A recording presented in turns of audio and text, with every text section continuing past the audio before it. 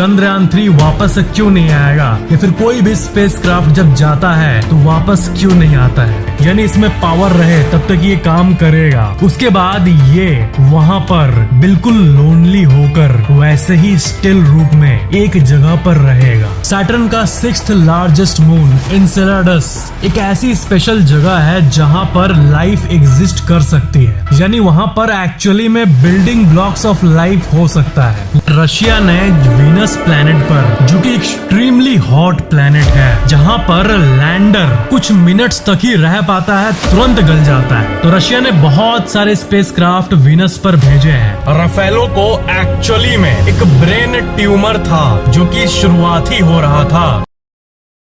साल 2001 में मार्क राफेलो, ये जो अपने हल्क वाले एक्टर हैं, उनको एक सपना आया था और सपने में उन्होंने ये देखा था कि उनको ब्रेन ट्यूमर है। और वो बहुत ही ज्यादा विविड ड्रीम था, यानी एक ऐसा ड्रीम जो बहुत ही ज्यादा रियलिस्टिक हो। तो उनको अंदर से बहुत ही ज्यादा अजीब लगा।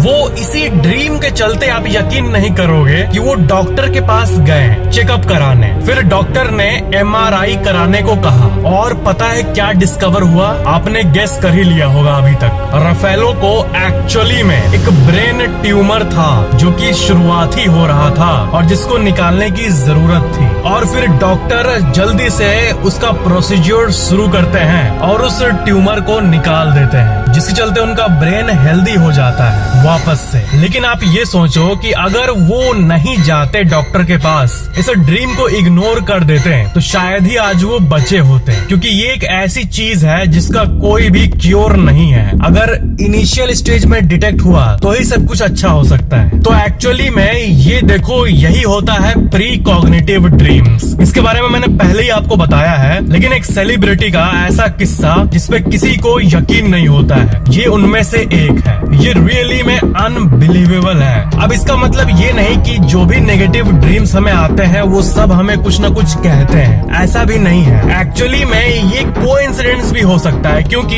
ये सूडो साइंस की कैटेगरी में आता है। यानी ना इसका कोई लॉजिक है, ना कोई तर्क, ना कुछ। ये क्यों हुआ, कैसे हुआ, ये बताना बहुत ही ज्यादा मुश्किल है। कोई साइंटिफिक बेसिस नहीं है इस बात का। लेकिन फिर भी इस चीज के चलते उनकी जान बच गई, ये बहुत बड़ी बात है। और इस फैक्ट की सबसे मेन बात है कि ये जो ड्रीम था वो सिर्फ ड्रीम ही नहीं था ना। उन्होंने कहा कि ये बहुत विविड था, यानी उनको एकदम असली जैसा लगा था। और यही सबसे अजीब बात है। इसका मतलब अगर ये चीजें सही है, प्री कॉग्निटिव ड्रीम्स एक्चुअली में एग्जिस्ट करते हैं, तो ड्रीम्स हमें कुछ कुछ साइन देते रहते हैं जिसके बारे में हमें सोचना चाहिए। और यही हुआ मार्क राफेलो के साथ। उनको जो कंडीशन था उसका नाम है एक्विस्टिक न्यूरोमा और ये बहुत ही ज्यादा रेयर ब्रेन ट्यूमर है। नेक्स्ट अमेजिंग फैक्ट, ये फैक्ट है मार्वल फैंस के बारे में। जो डेडपुल का कैरेक्टर है उसके अंदर ऐसी पावर्स हैं, आपको पता ही होगा, कि वो अपना ऑर्गन्स फिर से ग्रो कर लेता है। जैसे उसका ऑर्गन कटता है वो जल्दी से वापस ग्रो कर लेता है। तो फैक्ट ये है कि जो डेडपुल का कॉमिक्स है उसमें डेडपुल अपना ऑर्गन डोनेट करता है रेगुलर बेसिस पे, क्योंकि उसका ऑर्गन काट देता है और डोनेट कर देता है और फिर से ऑर्गन उग जाता है। और ये बहुत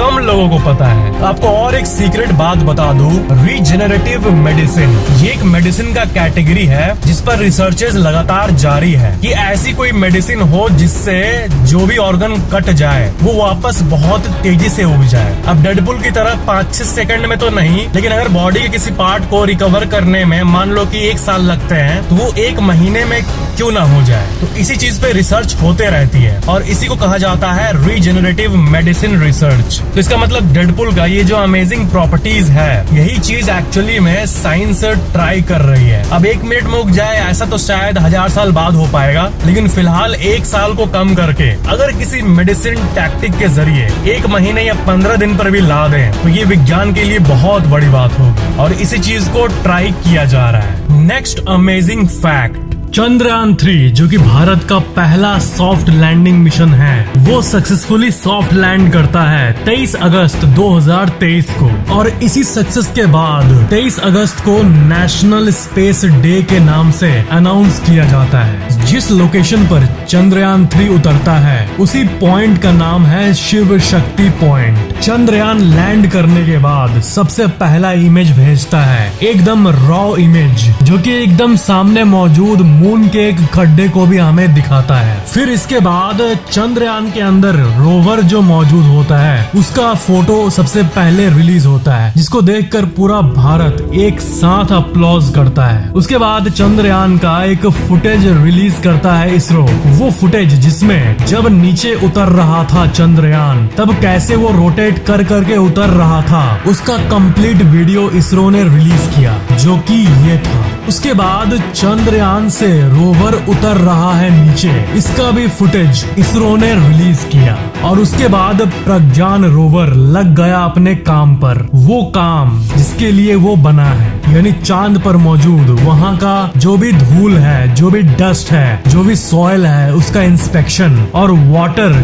कहाँ है, कितने मात्रा में है, इस चीज का इंस्पेक्शन। लेकिन फिर ये सब देखते हुए पूरे भारत के मन में एक सवाल आता है कि चंद्रयान वापस क्यों नहीं आएगा? क्या कारण है कि चंद्रयान वापस नहीं आ रहा है? तो देखो, यहाँ पर आपको ये जानना चाहिए कि चंद्रयान 2 हो जो कि फेल हो गया था, या फिर चंद्रयान 3 हो जो कि एक सक्सेसफुल मिशन रहा। चाहे कोई भी तरह का मिशन हो, जो यान है वो हमेशा चांद पर ही रहता है। मतलब वैज्ञानिकों ने शेड्यूल ही किया है इसको 15 दिनों के लिए, यानी इतने सालों की मेहनत एक्चुअली में 15 दिन के लिए ही की गई थी। ऐसा नहीं है कि प्लान कुछ और किया गया था, कुछ रॉन्ग हो गया तो फिर अब वो 15 दिन तक रहेगा फिर वो खराब हो जाएगा, वैसा नहीं। ये सब प्री प्लान्ड है, और वो भी एकदम कॉन्शियसली प्री प्लान्ड। और 15 दिन के लिए ही इस रोवर को काम पे लाने के लिए इसे ऐसे ही प्रोग्राम किया गया था। 15 दिन बाद या फिर जब तक ये 20 या 25 दिन तक मे भी जिंदा रहे,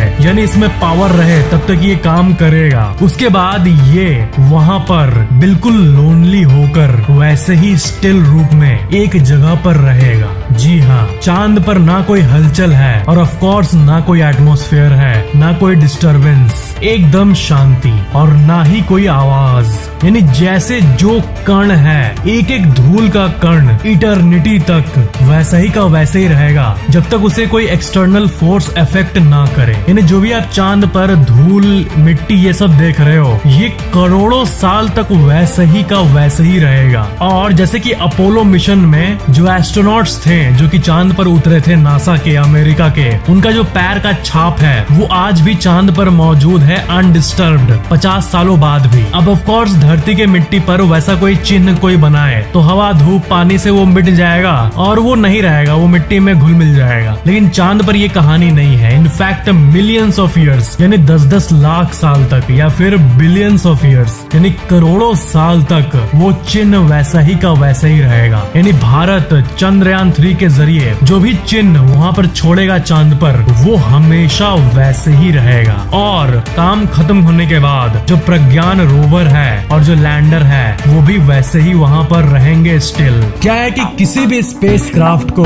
जब हम वापस लाने का प्लान करते हैं तो उसका बजट सिर्फ इसी के चलते डबल हो जाता है, क्योंकि स्पेस क्राफ्ट को वापस लाना बहुत ही ट्रिकी काम है। और यही काम है कि देश के सेवा के बाद वो वही डेब्रिज बन के शांत रूप में लोनली रहकर बस अपना प्राण त्याग देगा, यानी उसकी मशीन्स ऑटोमेटिकली मेल फंक्शन कर जाएगी। स्पेस क्राफ्ट को फिर वहां से लिफ्ट ऑफ कराना, फिर चांद के ऑर्बिट पे भेजना, फिर वहां से पुश करना धरती के तरफ, फिर मोस्ट इम्पोर्टेंटली धरती के वायुमंडल में वापस घुसना, इसको कहते हैं स्पेस क्राफ्ट री एंट्री। ये बहुत ट्रिकी सी चीज है और इसमें बहुत ज्यादा पैसा खर्च होता है, क्योंकि जो धरती का एटमॉस्फेयर है वो एक प्रोटेक्शन है धरती का। वहाँ पर कोई भी चीज आती है, एस्टेरॉइड, मीटेरॉइड या कुछ भी, धरती उसको डिस्ट्रॉय कर देता है, जला देता है। और यही कारण है कि स्पेस क्राफ्ट में ऐसे मेटल्स लगाने होते हैं जो कि 2 बार धरती के ताप को सहे,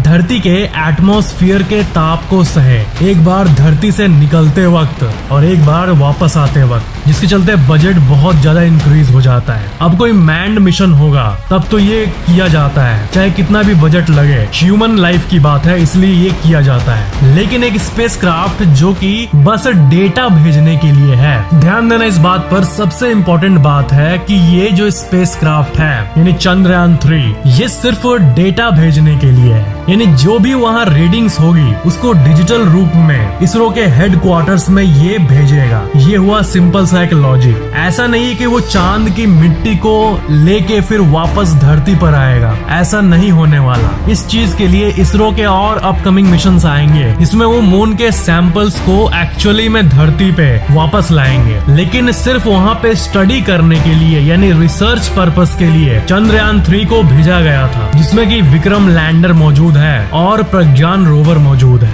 मतलब आपको अभी तक तो पता चल ही गया होगा कि स्पेस में कोई चीज जाती है तो वो वापस नहीं आती है अनलेस उसको वैसे ही डिजाइन किया जाए, वैसे ही बजट किया जाए। लेकिन आमतौर पर ज्यादातर स्पेस मिशंस जो कि अनक्रूड होती है, यानी जिसमें क्रू नहीं होता है, यानी जिसमें इंसान नहीं होता है, उसमें वापस आने का कोई मैकेनिज्म नहीं बनाया जाता है ताकि डेटा भी मिल जाए, रिसर्च रिपोर्ट धरती पर बैठे बैठे तैयार हो जाए और उसको वापस लाने की जो एक्सट्रीम खर्चा है, इस खर्चे को करने की जरूरत ना पड़े। नेक्स्ट अमेजिंग फैक्ट, आपको पता है रशिया ने वीनस प्लैनेट पर, जो कि एक्सट्रीमली हॉट प्लैनेट है, जहां पर लैंडर कुछ मिनट्स तक ही रह पाता है, तुरंत गल जाता है, तो रशिया ने बहुत सारे स्पेसक्राफ्ट वीनस पर भेजे हैं। लेकिन because of the extremely high temperature and pressure जो कि वीनस पे है, उसके चलते ये क्रश हो जाते हैं। वेनेरा 7 रशिया का पहला स्पेसक्राफ्ट था जो कि लैंड किया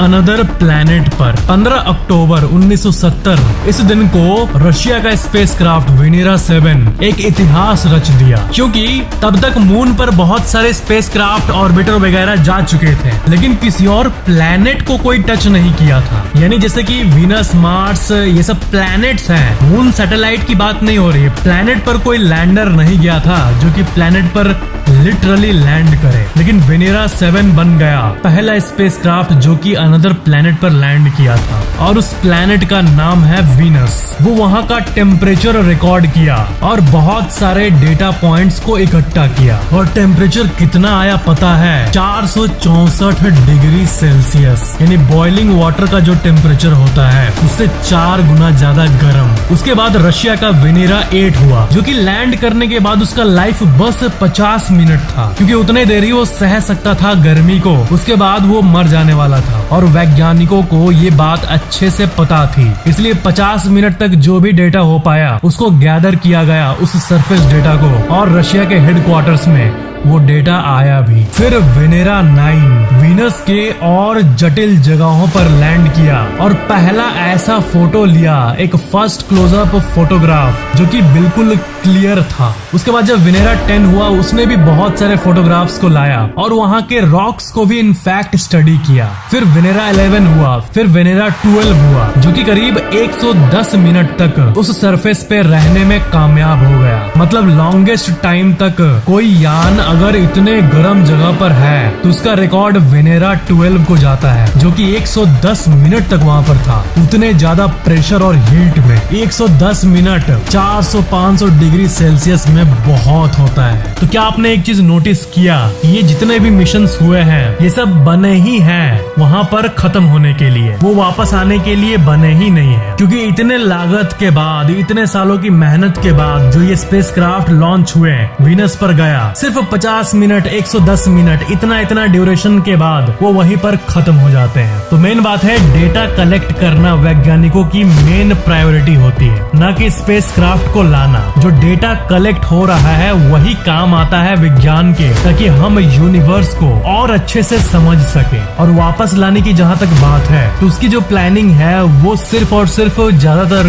क्रूड मिशंस में की जाती है। अभी हाल ही में नासा का जो आर्टेमिस मिशन है, आर्टेमिस 1, जो आर्टेमिस 2 होने वाला है, उसमें तो इंसान जाएगा चांद पर। तो जो 1 हुआ उसमें टेस्टिंग किया गया कि जाके वापस आ पाता है या नहीं, तो इस टेस्टिंग में तो वो सक्सेसफुल हो गया। तो ये आर्टेमिस 1 उन रेयर स्पेसक्राफ्ट्स में से है जो कि धरती पर वापस आया है। क्योंकि कोई भी अगर आपको कहे ना कि ये स्पेस मिशन था, वो उस प्लेनेट पर गया और फिर धरती पर वापस भी आया, तो ये जो 3 लाइन लास्ट मैंने कहा, ये उतना सुनने को नहीं मिलता है। क्योंकि चाहे वो कसीनी हो, कसीनी वही स्पेसक्राफ्ट जो कि सैटर्न तक गया था, वहां पे जाके फोटो भेजा था नासा को। तो कसीनी जो है उसका भी जब जर्नी एंड हुआ तब वो उसी प्लेनेट में मिलकर विलीन होकर वहीं मारा गया। लेकिन उसने बहुत सारा डेटा भेज दिया था ऑलरेडी और अपना काम पूरा कर दिया था। कसीनी ने ऑलमोस्ट 300 ऑर्बिट्स लगाए थे सैटर्न के, 300 बार घूमा था उसके चारों तरफ और 8 बिलियन किलोमीटर्स धरती से दूर गया था अपना ये काम करने के लिए। नासा के वैज्ञानिकों ने ऐसे स्टेटमेंट्स दिए जैसे कि everything that we asked it to do it did and more, यानी जितना हमने उससे करने को कहा उससे कहीं ज्यादा कसीनी ने भेजा हमें। लास्ट में कसीनी को जानबूझकर क्रैश कराया गया। कसीनी का बजट $3 बिलियन था, यानी करीब 24,000 करोड़ रुपए। The mission to the Saturn, आपने सही समझा, कसीनी को डेलिबरेटली क्रैश कर दिया गया, यानी जानबूझकर क्रैश किया गया। कोई एक्सीडेंट नहीं था ये, क्योंकि 20 साल से इस मिशन ने जो भी डेटा भेजा है उससे ये पता चला है सैटर्न का 6th लार्जेस्ट मून एनसेलेडस एक ऐसी स्पेशल जगह है जहां पर लाइफ एग्जिस्ट कर सकती है, यानी वहां पर एक्चुअली में बिल्डिंग ब्लॉक्स ऑफ लाइफ हो सकता है। लिक्विड वाटर कंफर्म्ड है और कई ऑर्गेनिक मटेरियल्स को भी पाया गया है। और कसीनी का जो रूट था वो ऐसा था कि अगर उसको ऐसे ही छोड़ दिया जाता है स्पेस डेब्रिस के तौर पर तो उसके लोकेशन के हिसाब से वो इसी चांद पर जाकर हिट करता। लेकिन वैज्ञानिक उस दुनिया को कॉन्टेमिनेट नहीं करना चाहते हैं जहां पर लाइफ इवॉल्व हो सकता है अनटच्ड बाय ह्यूमंस। तो वहां पर नासा के वैज्ञानिक किसी भी तरह का क्रैश नहीं करना चाहते थे, अनटच्ड ही रखना चाहते थे, ताकि नेचुरली जो भी लाइफ के बिल्डिंग ब्लॉक्स वहां पर फॉर्म हो रहे हैं वो पीसफुली वहां पर हो। और इसी कारण से चांद को हिट न कर जाए ये कसीनी स्पेस डेब्रिस के रूप में कसीनी को सैटर्न में घुसा दिया गया, क्रैश करा दिया गया, गैस में मेल्ट करा दिया गया और इसी तरह कसीनी एंड हो जाता है, समाप्त हो जाता है। ये बहुत ही एक इंटरेस्टिंग कहानी थी कसीनी की। तो इसी तरह चंद्रयान 3 हो या फिर कोई और स्पेसक्राफ्ट, वो बस अपना काम करते हैं, डेटा भेजते हैं और ज्यादातर केस में वापस नहीं लौटते हैं। स्पेस की दुनिया की ये एक नॉर्मल सी बात है और यही आंसर था इस सवाल का कि चंद्रयान 3 वापस क्यों नहीं आएगा या फिर कोई भी स्पेसक्राफ्ट जब जाता है तो वापस क्यों नहीं आता है। तो समरी यही था कि उसको बस डेटा भेजना होता है और मैंड मिशन हो तभी वापस लेने का बजट बनाया जाता है। Thank you so much for watching this video. Subscribe करके बेल आइकन जरूर ऑन कर लेना।